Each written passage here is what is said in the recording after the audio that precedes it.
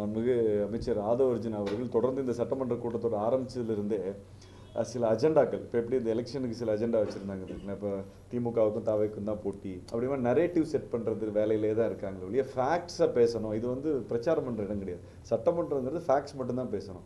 இப்போ அந்த எடப்பாடி அவர்கள் எழுந்து ஒரு கேள்வி கேட்குறாரு, குதிரை பேரம் பண்ணுறீங்க. ஏன் அந்த கேள்வி கேட்குறாருன்னா, நேரடியாக ராஜினாமா பண்ணுறாங்க, மேல்தளத்தில் தாவேக்காவோட உறுப்பினர் அட்டை கொடுக்கும்பொழுது அந்த டவுட் வருது, கேட்குறாரு. நீங்கள் ஒரு பொறுப்புள்ள அமைச்சர் எந்திரிச்சு என்ன சொல்லணும், நீங்கள் அப்படி தப்புங்க நீங்கள் சொல்கிறது, இந்த மாதிரி நடக்கலைன்னு அதுக்கு விளக்கம் கொடுக்கணும். அவர் என்னமோ எந்திரிச்சோன்னா அவர் வந்து பல ஆண்டுகள் அரசியலில் இருந்த ஒரு மாதிரியும் அதிமுக திமுகவெல்லாம் அலசி ஆராய்ஞ்ச ஒரு மாதிரி என்ன பதில் சொல்கிறாரு. 2016க்கு முன்னாடி இருந்த அதிமுக ஆட்சியை நாங்கள் ஏற்றுக்கிறோம், இப்போ இருக்கிற ஆட்சியை நாங்கள் ஏற்றுக்க மாட்டோம். யார் இவர் ஜட்ஜ் பண்ணுறதுக்கு முதல்ல? இவரே 3 கட்சி போய் வந்திருக்கிறவர். அதாவது அவர் சொல்கிற கருத்து என்னென்னா, அம்மாவுடைய ஆட்சி போல் இல்லை அப்படிங்கிறார். அதற்கு அவர் கொடுக்குற விளக்கம் பாருங்கள். குதிரை பேரோன்னு கேட்குறாரு. ஆதவ அர்ஜுனா என்ன சொல்கிறாரு, நீட்டு வந்து அம்மா இருந்தப்போ வரல, ஜிஎஸ்டி வரல, சிஏஏ வரல. இப்போ உங்களை மாதிரி நிருபர்கள் பத்திரிகையாளர்களுக்கு இது சொல்லும் போதே அது தப்புங்கிறது தெரியும். ஏன்னா ஜிஎஸ்டி எப்போ இதாச்சு, அம்மா அவர்கள் இருந்தபோது 2016 ஜிஎஸ்டி பில் பாஸ் ஆகிடுச்சு. அந்த பில்லு பாஸ் ஆகிறதுக்கு முன்னாடியே அம்மா தமிழ்நாட்டுக்காக மட்டும் இல்லை, இந்தியா முழுமைக்காகவும் சில அப்ஜெக்ஷன் வச்சாங்க. என்ன வச்சாங்க, மாநிலங்களுக்கு ஏற்படுகிற இழப்பை சரி செஞ்சால் மட்டும்தான் நாங்கள் இதுக்கு ஒத்துக்குவோன்னு சொன்னாங்க. அருண்ஜேட்லி அப்போ அதை சரின்னு சொல்லி அப்போ அதை சரி பண்ணி கொடுத்தாங்க.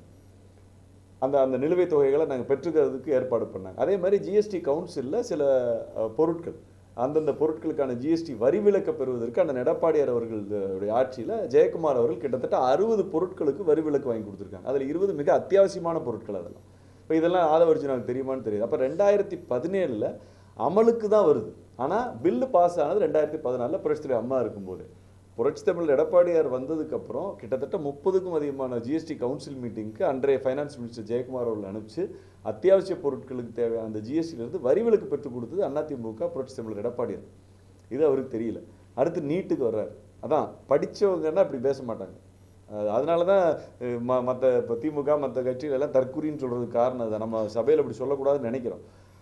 சுப்ரீம் கோர்ட்டினுடைய உத்தரவு, நீட்டு வந்து புரட்சி தலைவர் அம்மா இருக்கும்போதே அதிமுக சட்ட போராட்டம் நடத்துது. அப்பயே நீட்டை கொண்டு வந்துடுறாங்க. அம்மா அவர்கள் ஓராண்டு விலக்கு கேட்டாங்க. அன்றைக்கு மத்திய அரசு ரைட்டுங்க, மாணவர்களுடைய நலன் கருதி ஓராண்டு விலக்கு மட்டும் கொடுத்தாங்க. அடுத்த ஆண்டு புரட்சி தலைவர் அம்மா அவர்கள் மறைஞ்சிடுறாங்க. தொடர்ந்து அந்த எடப்பாடியார் சட்ட போராட்டம் நடத்துகிறார். இப்போ தாவேக அரசு ஆதவ அர்ஜுனாலாம் சேர்ந்து விராலிமலையிலிருந்து விலைக்கு வாங்கியிருக்காங்கல்ல ஒரு அமைச்சர், முன்னாள் அமைச்சர் திரு விஜயபாஸ்கர். விலைக்கு வாங்கினாலா இல்லை இவர் விலை கொடுத்தாரான்னு தெரியாது. அவர்கிட்ட கேட்டால் ஃபுல் விளக்கம் சொல்லுவாங்க. அனிதா அவர்களை, இறந்து போன சகோதரி அனிதா அவர்களையே டெல்லிக்கு அழைச்சிட்டு போனோம் அதிமுக சார்பாக. அந்த அந்த அந்த பிள்ளை என்ன நடக்குதுன்னு தெரிஞ்சுக்கணுங்கிறதுக்காக.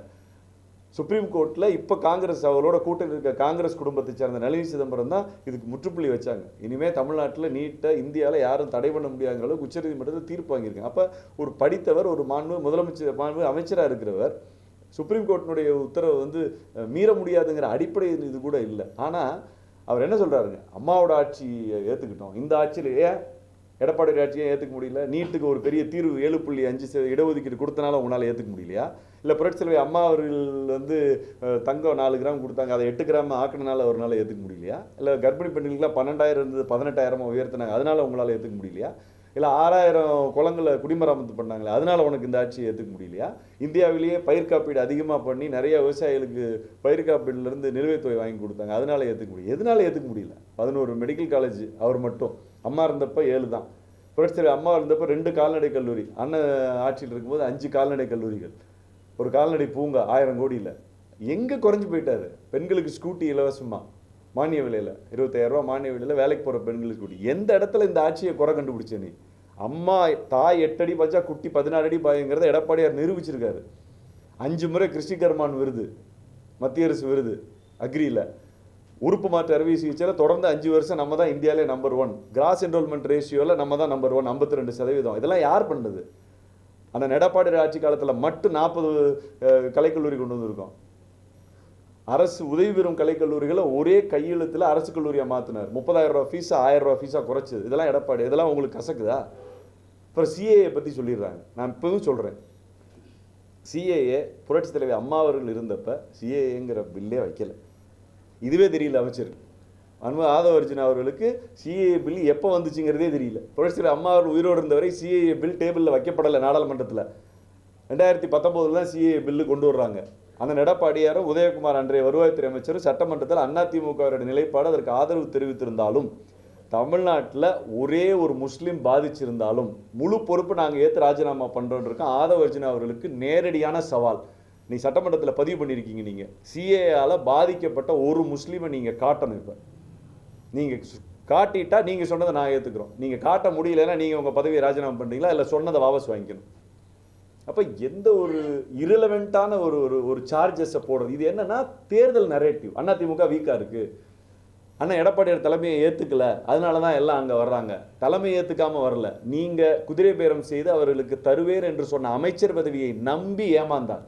திரு விஜயை மிஸ்கைட் பண்ணுறதே ஆதவ அர்ஜுனா அவர்கள் தான். எல்லா தலைவர்களையும் மரியாதை நிமித்தம் சந்தித்த திரு விஜய் அவர்கள் ஏன் அதிமுகவினுடைய தலைவரை மட்டும் சந்திக்கல? ஏன்னா நீங்கள் குதிரை பேரம் பேசி அவங்களெல்லாம் அமைச்சராக்குறோம், கட்சியை உடைச்சிட்டு வாங்கன்னு சொல்லியிருந்தீங்க. அதை நம்புறனால அவங்க வீட்டுக்கு நீங்கள் போனீங்க. இந்த சோபா மாடல் அரசியல் எங்கே நடந்தது? பிரிந்து போனவர்கள் இடத்துல நடந்தது. அங்கே தான் நீங்கள் தப்பு பண்ணியிருக்கீங்க. அதிமுக எந்த தொண்டனும் இன்றைக்கு எடப்பாடியாருடைய தலைமை வேண்டாம் என்று சொல்லவில்லை. அமைச்சர் பதவி வேண்டும் என்று ஆசைப்பட்டவர்கள், உங்களுடைய ஆசை வார்த்தைக்கு மயங்கினவங்க மட்டும்தான் உங்கள்கிட்ட பணியூருக்கு வந்திருக்காங்க. வந்தவங்களையும் நீங்கள் எவ்வளோ கேவலமாக கேட்டுக்கு வெளியில் நின்று ட்ரீட் பண்ணீங்கிறதையும் பார்த்துட்டாங்க. அதனால் இனி எந்த அதிமுக தொண்டனும் உங்களுக்கு விலை போக போகிறதில்ல. அண்ணன் எடப்பாடியாருடைய தலைமையில் நின்று உங்களுடைய ஆணவத்தை அழிக்கிற நாள் வெகு தொலைவில் இல்லை. சட்டமன்றத்தில் இப்படிங்கிறது இங்கே அதாவது அமைச்சர் மாதிரியா பேசுகிறீங்க எல்லாரும்? அவங்கவுங்க ஏதோ ரவுடிஸ் கூட சண்டை போட்டுக்கிற மாதிரி அந்த மாண்பு, சட்டமன்றத்தினுடைய மாண்பையே தாவேக அரசு பதவியேற்ற பிறகு குலைத்திருக்கிறார்கள் என்று தான் சொல்ல வேண்டும். அதனால் மாண்புமிகு ஆதவ அர்ஜுனா அவர்களுக்கு ரொம்ப சுருக்கமாக சொல்லணும்னா, நீங்கள் சொன்ன சிஏஏனால யாருக்கும் பாதிப்பு இல்லை. நீங்கள் கொண்டு வந்த நீட்டுக்கு தீர்வு கொடுத்ததே எடப்பாடியார் தான். 7.5 இடஒதுக்கீடு கொடுத்து அந்த பிள்ளைகளுக்கு காலேஜுக்கான ஃபீஸையும் கட்டுறதுக்கு வழிவகை செஞ்சவர். அவர் மாதிரி சிந்திக்கிறதுக்கு யாரும் கிடையாது. சரண்டர் ஆயிட்டாங்களாம் பிஜேபி, சரண்டர் ஆயிட்டாங்களாம் மத்திய அரசுக்கு. அண்ணன் எடப்பாடியார் இருந்தபோது தான் பாதுகாக்கப்பட்ட வேளாண் மண்டலம் கொண்டு வந்தோம் மத்திய அரசினுடைய திட்டத்தை எதிர்த்து. அண்ணன் எடப்பாடியார் இருக்கிற பொழுது தான் ஜல்லிக்கட்டு தடையை உடைச்சோம் அதிமுக. அண்ணன் எடப்பாடியார் அவர்கள் அதிமுக ஆட்சி இருக்கிற பொழுது தான் இன்றைக்கு நீட்டுக்கு 7.5 கவர்னர் கையெழுத்து போடாதப்ப ஆர்டிகல் 162 ஒரு ஸ்டேட் கவர்மெண்ட்டுடைய பவரை வச்சு கவர்னர் கையெழுத்து இல்லாமல், மத்திய அரசு நியமித்த கவர்னர் கையெழுத்து இல்லாமல் ஜிஓ போட்டோம் நீட்டுக்கு 7.5 ரிசர்வேஷனுக்கு. அதனால் பிஜேபிக்கு சரண்டர் ஆகிறதோ மத்திய அரசுக்கு சரண்டர் ஆகிறதோ எங்களுடைய இது பழக்கம் கிடையாது. நீங்கள் யார் யார் கூட அண்டர் கிரவுண்டில் லிங்க் வச்சுருக்கீங்களோ அந்த லிங்கை சூதானமாக பார்த்துக்கங்க. நன்றி. ஒவ்வொரு சட்டசபையில் பார்த்தீங்கன்னாக்க ஒரு துறை அமைச்சர் அவர் துறையை மட்டும் பேசாமல் சம்பந்தமே இல்லாத அடுத்த துறைகளை பற்றி பேச ஆரம்பிக்கிறார். இதுக்கு சிஎம் எதுவுமே பதில் சொல்றதே கிடையாது. அந்த இடத்துல என்ன நடக்குறது தெரியும், அவரோட மூணு சமையல் உட்காந்துருக்காரு. இதை பற்றி என்ன இல்லை, அதாவது முதலமைச்சர் பதில் சொல்லாதுங்கிறது நம்ம எல்லாத்துக்குமே தெரியும். அவர் ஸ்கிரிப்டட், அவருக்கு ஏதாவது எழுதி கொடுத்தா மட்டும்தான் அவர் பேசுவார். மற்ற துறை அமைச்சர்கள் பதில் சொல்கிறதுங்கிறது சட்டத்தில் இடம் இருக்குது. கூட்டு பொறுப்பு, எல்லா அமைச்சர்களும் கூட்டு பொறுப்புங்கிறதுனால யார் வேணாலும் சொல்லலாங்கிறது இருந்தால் கூட மாண்போடு சொல்ல வேண்டும், மரியாதையோடு சொல்ல வேண்டுங்கிறது தான் உண்மை. அதனால் இவங்க சம்மந்தம் இல்லாமல் பதில் சொல்கிறதுங்கிறது உண்மையிலே அவங்களுடைய தரத்தை அதுவே குறைச்சிக்கிற மாதிரி தான் இருக்குது. மற்றபடி பதில் சொல்லலாம், நல்லா தெரிஞ்சு ஃபேக்டாக சொன்னால் பரவாயில்ல. ஹிஸ்ட்ரியும் தெரியல அதான் சொல்லி. இப்போ ஆதவ அர்ஜுனா அவர்களுடைய பேச்சு அப்படி தானே இருக்குது.